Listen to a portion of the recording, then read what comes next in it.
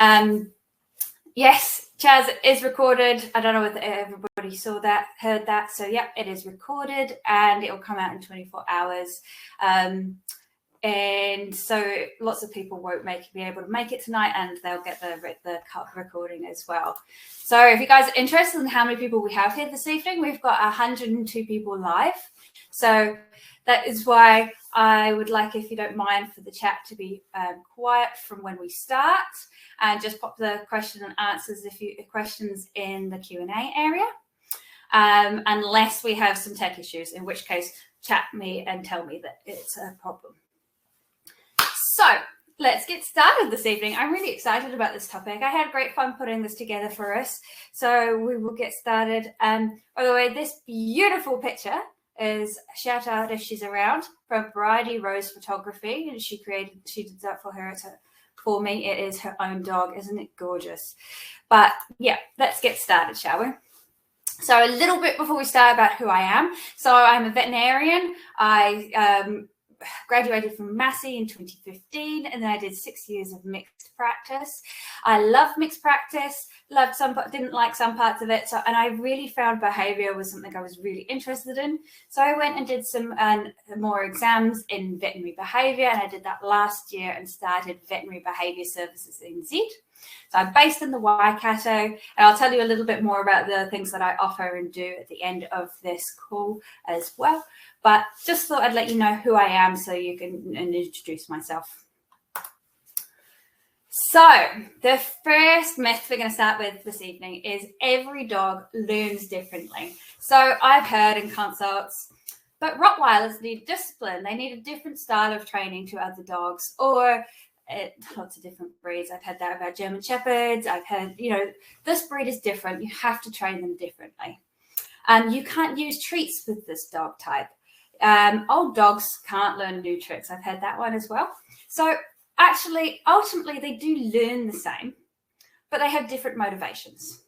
So I've got one dog that likes tug, and I've got another dog that is really food motivated. So when they're learning, we're still using the same style of learning, so the same style of associations, but they're using different motivations. So one of the things I like to do when I'm talking to a client is, what does your dog like to do? And how can we use those in our training? So ultimately, they learn the same. So a behavior has a consequence, which means that a behavior is reinforced or punished. I tend to focus on reinforcing behaviors. And then we'll see whether in the future, whether it is stronger or weaker.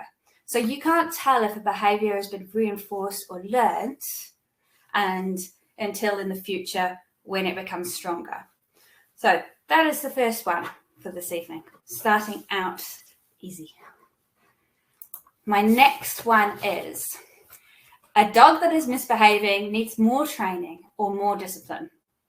So training is the creation of new behaviors.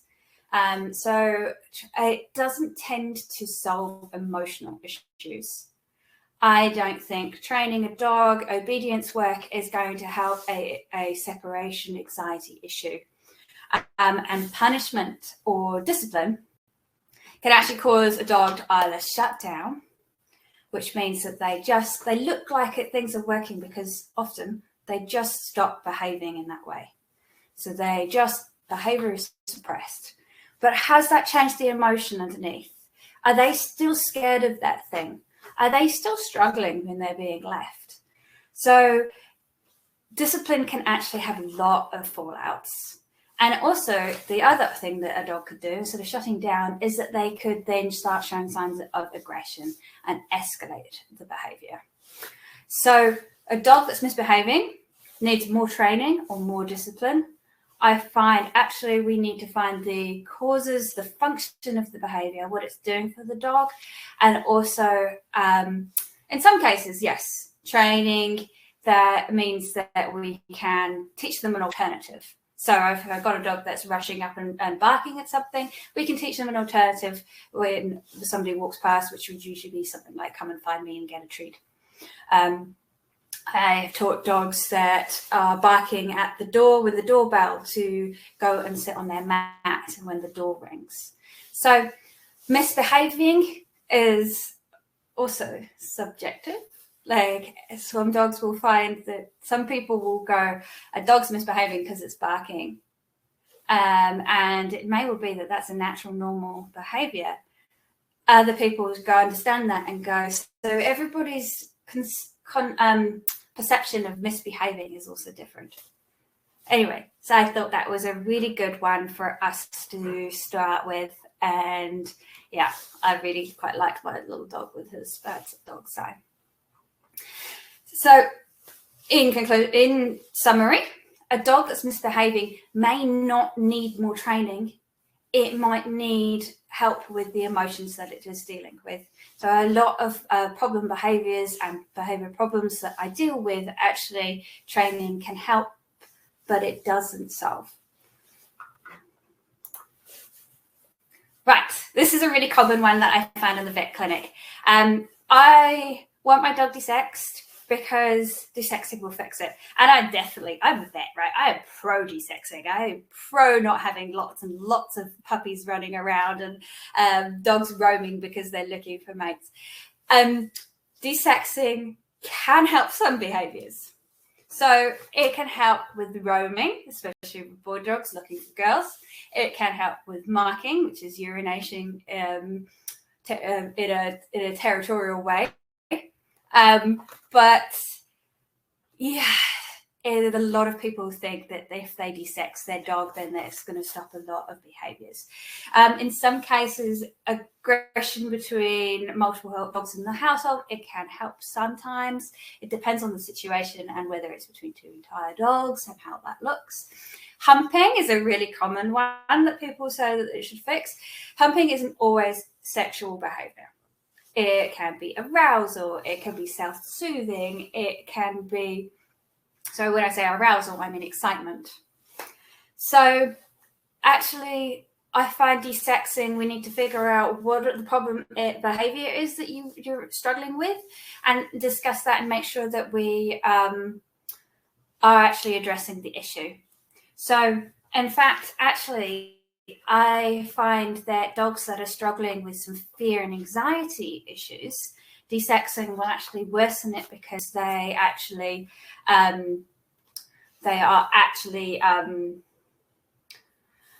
testosterone can actually increase confidence. So we are trying to fix a problem that actually and worsening it by taking away some of their confidence. So fixing sometimes. It's a myth that is a sometimes answer. Let's move on. So this one, I've got a little poll for us actually. Are you guys all awake? So this is a poll. Does your dog feel guilty when they've done something wrong? What do you guys think? You tell me. I'm going to publish it now.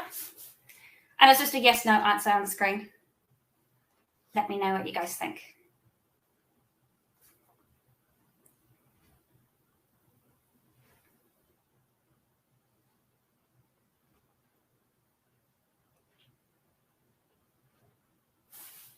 Just going to check the chat while I'm here.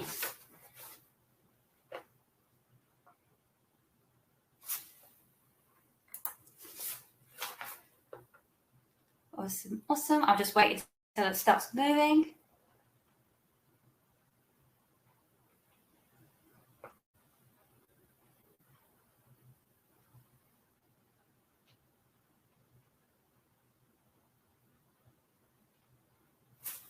Awesome. So let me show you. Oh, you can probably see that, guys. So 75% of people have said no, they don't think their dog feels guilty, and 25% say yes. Cool. All right. Ending that. So the definition of guilt is that the individual has evaluated their own actions according to their own internalized code of behavior or rule. So if I stole something from a shop, which I'm not a rule breaker, so I'm very unlikely to do. For some reason, the poll said you couldn't see the poll, Deborah. Sorry about that.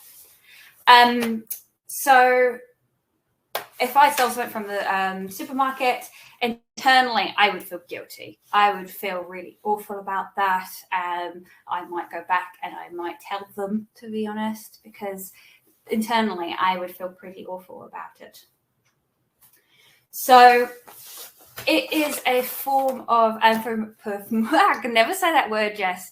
Anthropomorphism, which is when we see something that looks like something that we do, and we think that we're projecting our emotions or projecting that an animal is showing emotions that it is actually not. So there was a really good paper that is open access. You can go find it, by the way. So it was, what they did was they had food on a table, and the owner told the dog, do not touch the food. And so then they left the room, and either the dog took the food or the experimenter took the food.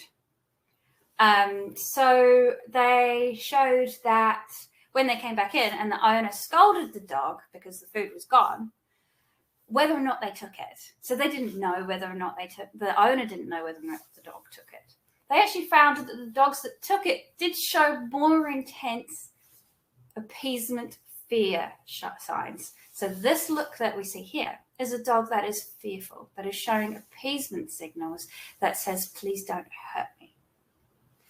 So they did know, if they did connect that if they'd taken it with the scolding. But a lot of people will go to me, but they show the guilty behavior before I've even found the slipper. And that's because they have learned that you're going to tell them off for it. They don't internally feel guilty about it. They're showing a response to our body language to our scolding. So that's what that guilty look is. So Hannah, I can send you the link to that paper later. It's a really good, well-written paper and a really good experiment to show that that they suggested maybe we should find dogs that actually owners say that they do this guilty look, and so they have this learned behavior to show it before the owner's even seen the thing that they've destroyed. Because that would be quite interesting to see whether those learned behaviours are more intense or not than ones that haven't. And I will find that paper and send it to you later. Awesome. So let's move on, shall we? That was a really good discussion. Thank you. Okay. A muzzled dog is a bad dog. So I'm going to tell you a story about. I've made up his name. I can't remember his actual name. Boston the Beagle, who came into the vet clinic when I was a young vet.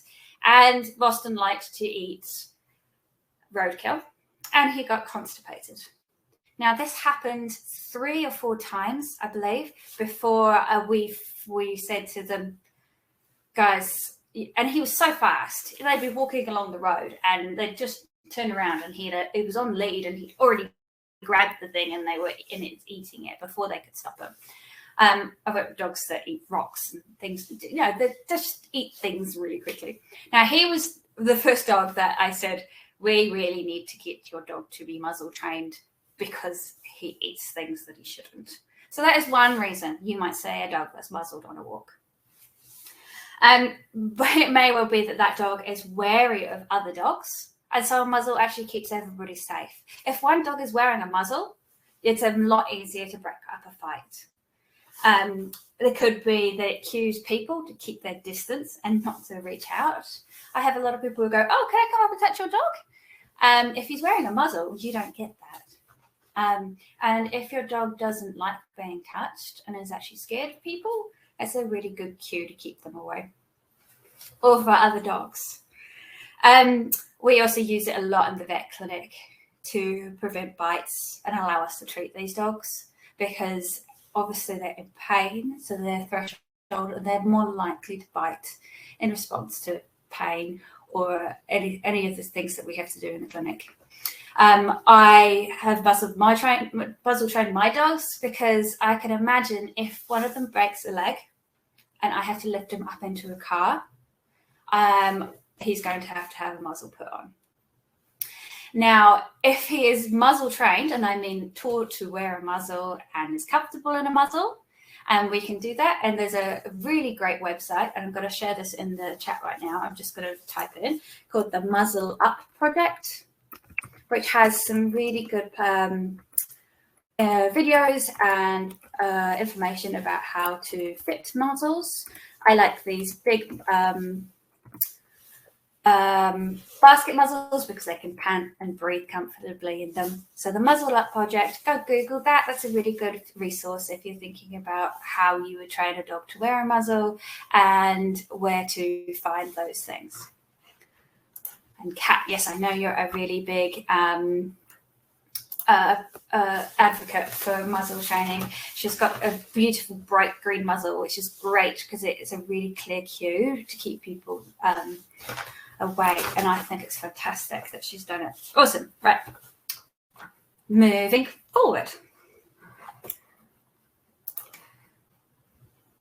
I'm just going to check the question and answer. So Kelly, I will probably answer that at the end, because it's not a question about the presentation. Megan, we're going to answer that later on. So just letting you know. Cool. Let's move on, shall we? So, dogs that bark on lead are aggressive. So I have a bit of a different take on this, because I work with a lot of dogs that are reactive.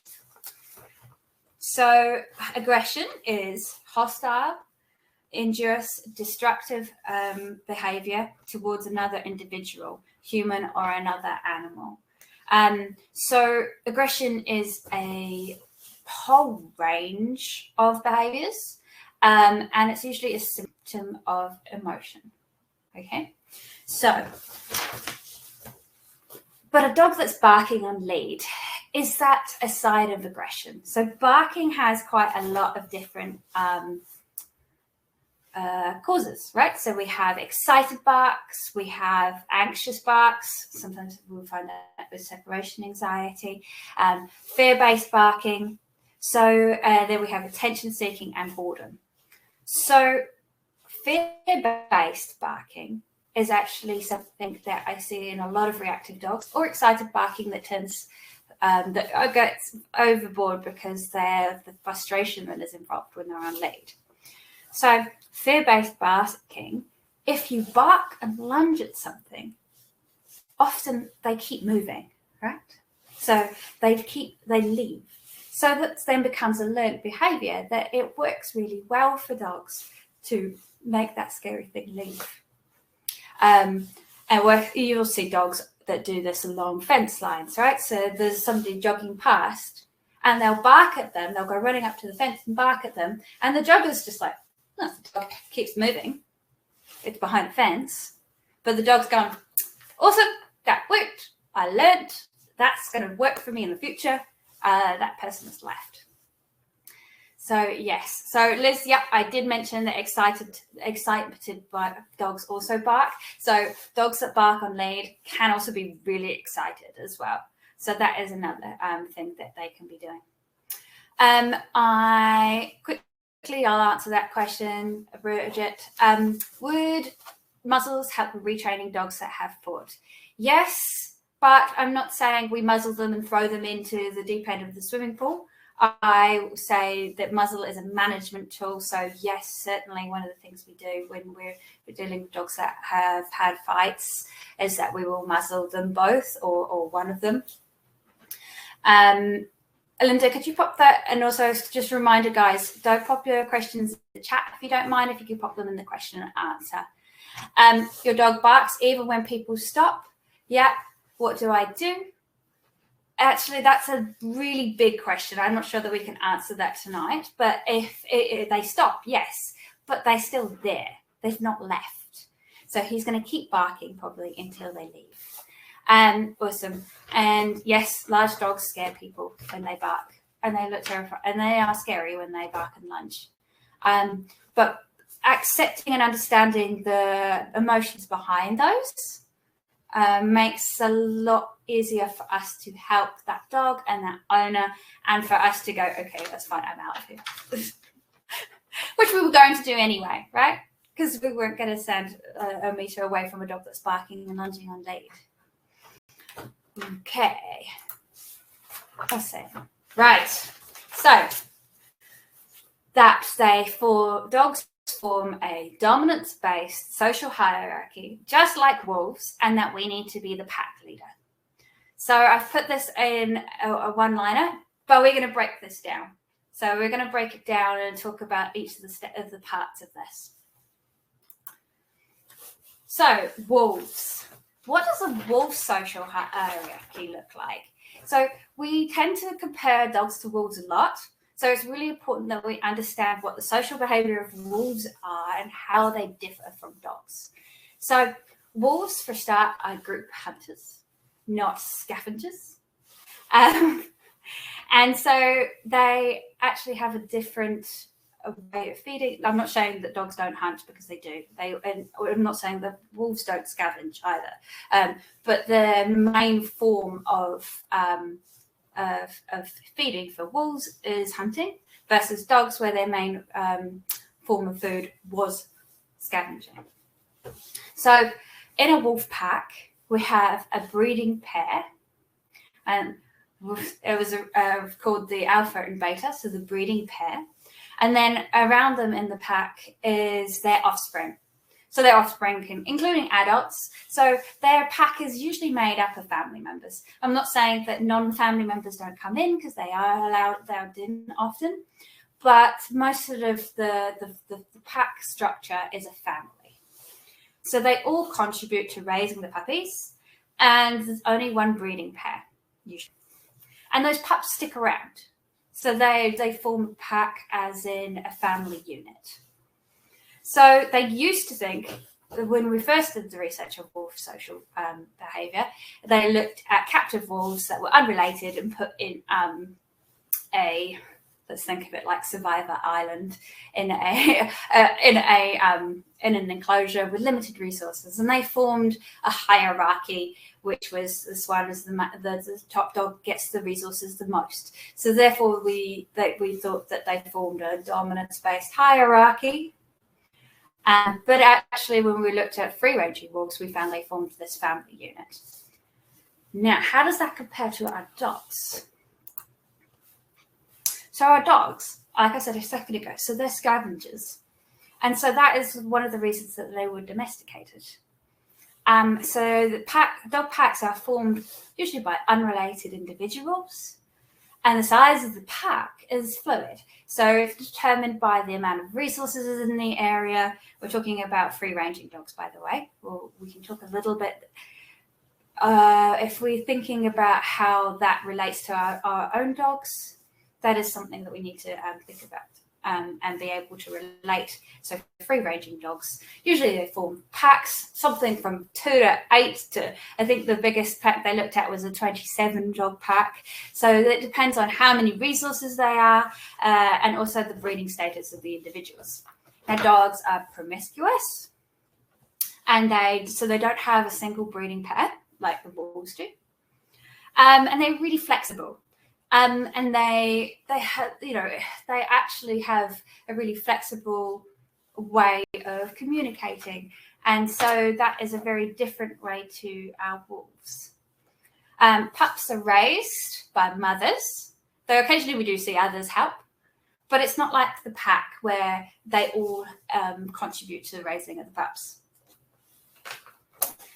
So that's a bit different to what we thought, which was often thought, which was that the wolves were the blueprint for our dogs. And in fact, actually, domestication and the way they have evolved, actually, they evolved into scavengers and became, and became very different socially to wolves. So how does that relate back to our original statement, right? So the dominance-based social hierarchy that was the original blueprint for wolf social hierarchy, that isn't what dogs do, and it's not what wolves do either. So dogs don't have an alpha. There isn't one dog that leads them all. And so, and when we're talking about dominance, I've got the definition of dominance right here.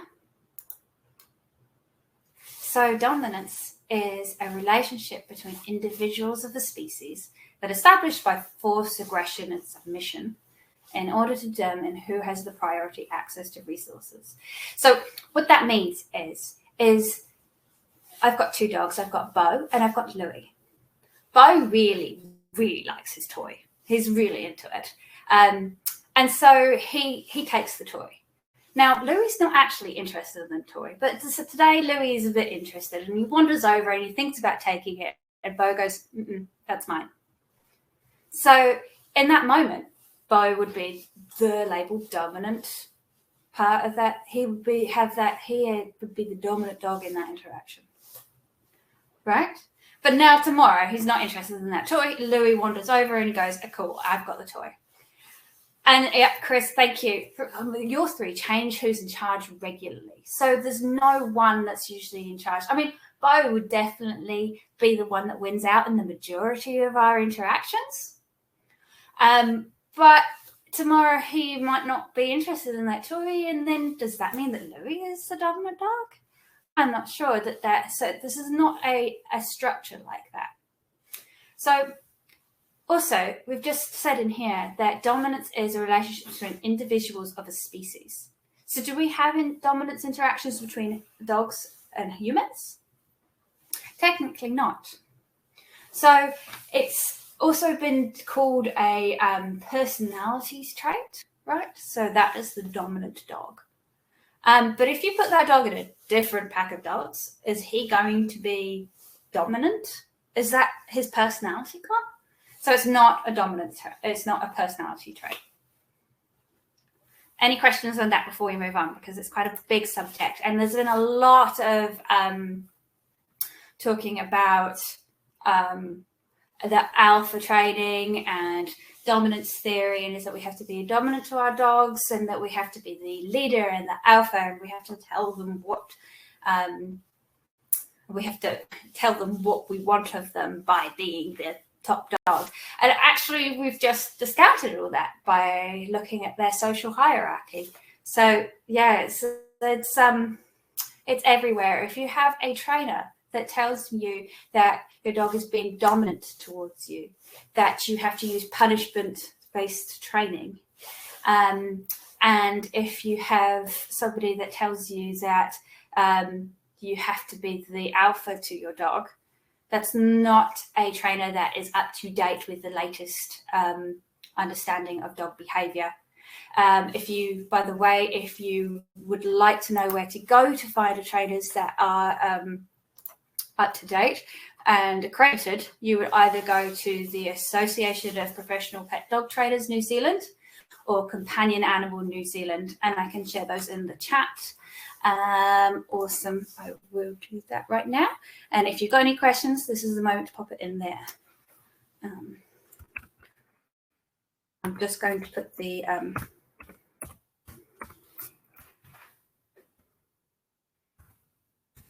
APDTNZ is the Association of Professional Pet Dog Trainers New Zealand.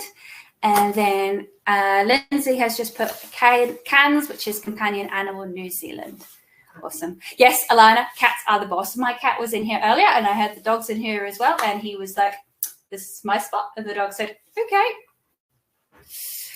But again, it's not part of their same social hierarchy. Hannah, I love that you're asking for so much more. I can absolutely email you with links on my favorite articles about dominance. And I'm going to I will come back later and write down what I'm going to send you.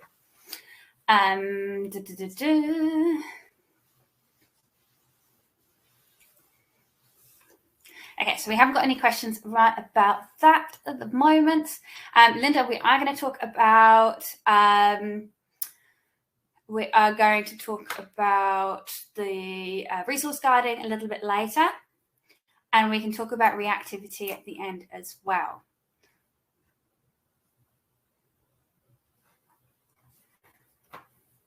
Renee, that's actually a fantastic question, guys.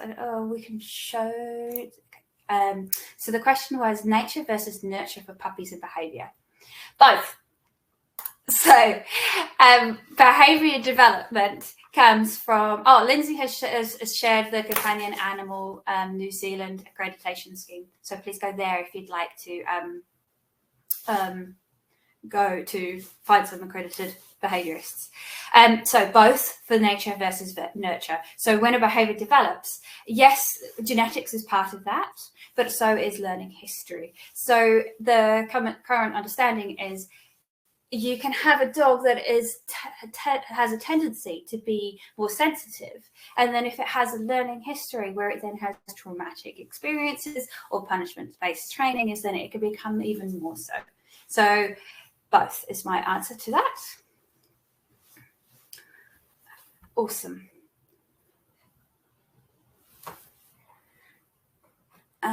Okay, we're going to move on, shall we?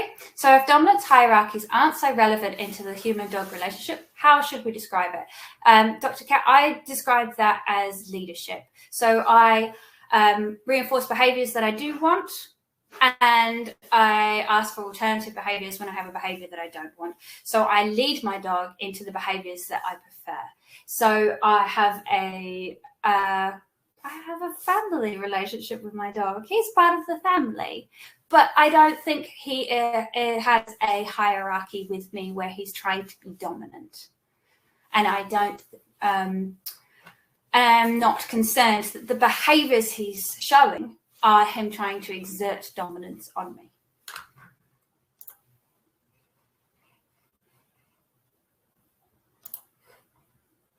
Okay, we will moving forward, shall we?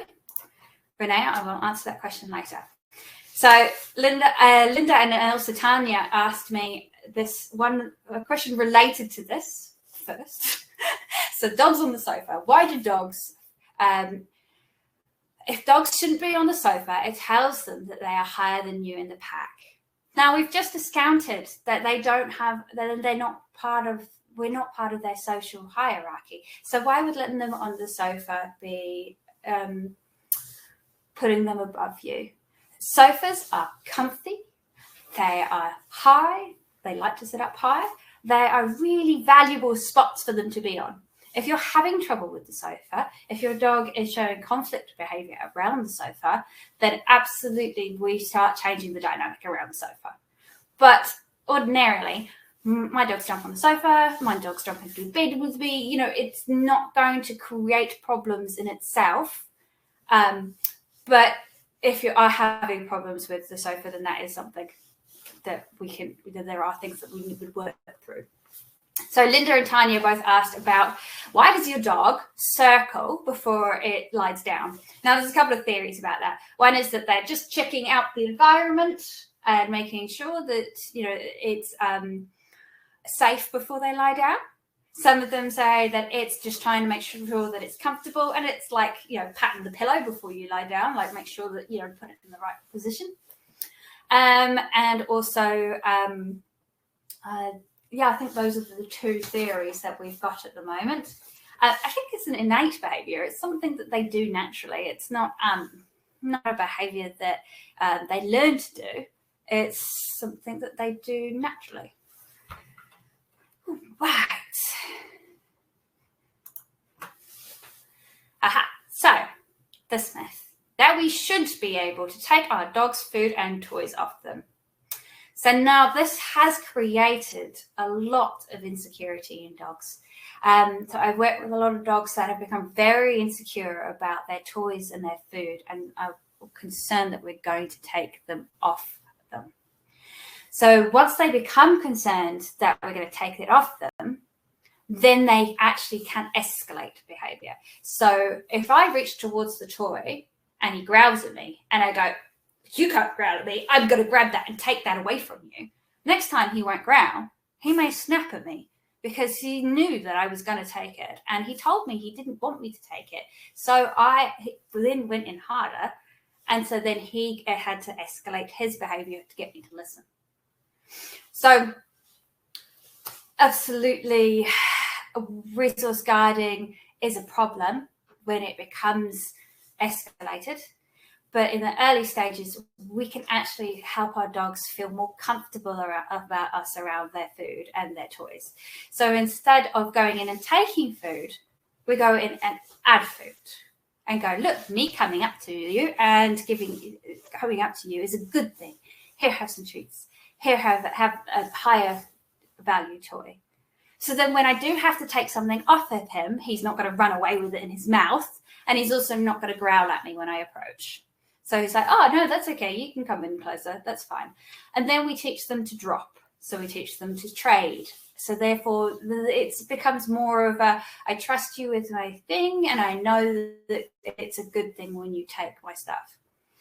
So I've got here 5 myths about resource guarding. So this is from the book Mine by Jean Donaldson that I've got right next to me, and I could pop that in the chat if you guys like to. It's really it's not an expensive book. It's a really useful little book if you have dogs that resource guard.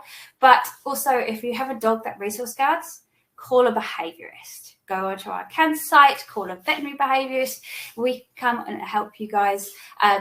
That is really important that we get onto it soon and not make it worse. So resource guarding is not abnormal. It's adaptive, right? So it is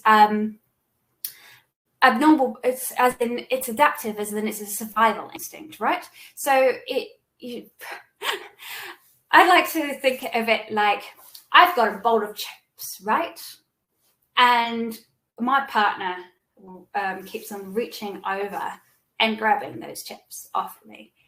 And I go, don't do that. That's to be expected, right?